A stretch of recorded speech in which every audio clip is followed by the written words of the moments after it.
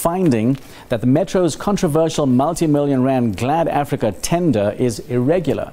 Makwetu says the 308 million rand that the City of Tshwane paid the Midrand-based engineering consultancy company does not comply with supply chain management regulations.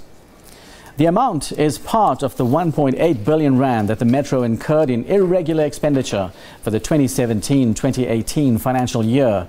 The embattled city manager, Moketsi Mosola, has insisted that the contract is above board and any allegations of transgressions are baseless.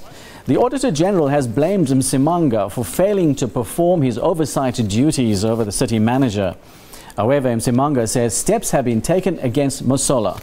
Glad Africa Group is a multidisciplinary built environment consultancy offering consulting, engineering, project management and environmental services.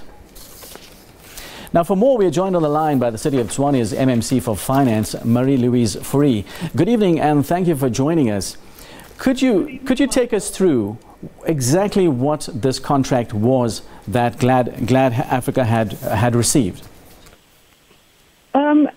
Mahinda, it was a contract that was entered into based on a panel of suppliers of the Development Bank of South Africa. Regulation 32 is a regulation that is issued in terms of the Municipal Finance Management Act, and it allows a municipality or an entity to what it's called piggyback on a contract of a different entity with the permission of that entity. Now, the city manager had discussions with DBSA, and he used the panel of suppliers that the DBSA had to appoint Glad Africa. Now, in terms of regulation, it has to follow, it has to be exactly the same contract. That is why the Auditor-General has deemed the contract irregular, because the appointment was not exactly the same as what was at DBSA. The mayor was only informed of that contract, and this is a very important point. The full accountability of all supply chain management processes and contracts is with the city manager. A political official, whether it's the executive mayor, may not interfere in any of the supply chain processes. He has no responsibility except oversight. So it was reported in May only to the executive mayor of the entering into this contract. The mayor then requested Dr. Mosola to give reasons because it was deemed it was considered to be irregular, and that matter has now been confirmed by the Auditor-General that indeed the process was irregular. So now that you have the report from the Auditor-General, what's going to be done about this report? Okay, the report, it's important to understand irregularity means it's outside a legal prescriptive. It doesn't make the contract illegal. It says the process was irregular. So now you have to institute an investigation, and that is what the city has already requested to be done. So once that report is available, we would know whether there were any further transgressions. We must then take a specific action, and whether it's civil or criminal or whatever, the report will tell us what the outcome of that will be. The contract itself is not null and void. That is very important.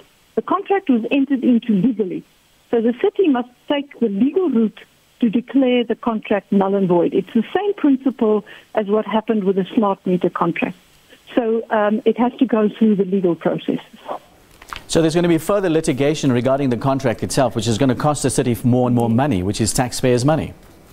Yeah, I understand that. But the fact of the matter is we cannot continue paying on a contract that was deemed to be irregular to start off with.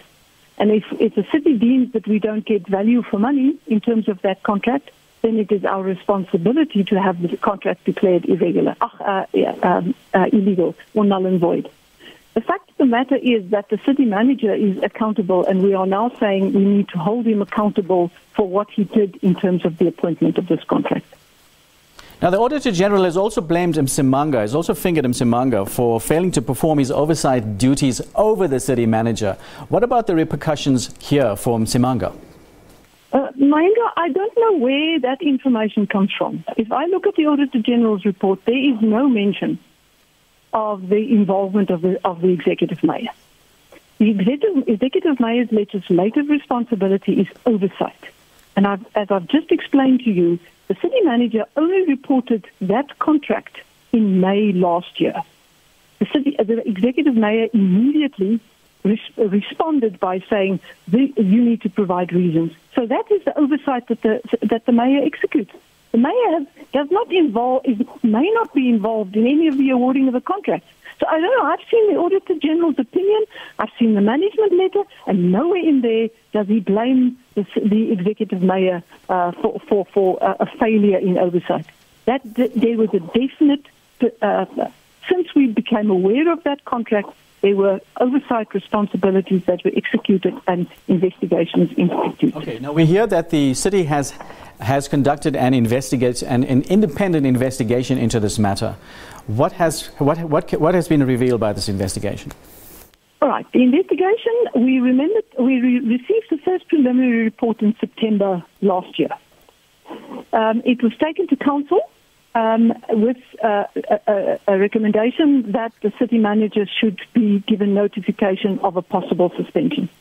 Before that served in council, the city manager approached the Labour Court on a technical matter, which meant that because it's sub judice, that report could not serve at council, so it had to be withdrawn. So the city manager disputed the legality of the investigation to the Labour Court. So that matter had to be, the report had to be withdrawn. To this day, that matter has not been held in front of the Labour Court. We're trying to expedite that process so that we can get finality on that. The fact of the matter is we can't do anything until that legal action has run its course. Okay, thank you very much. We'll have to leave it there. Thank you very much for joining us. That was the City of Tshwane.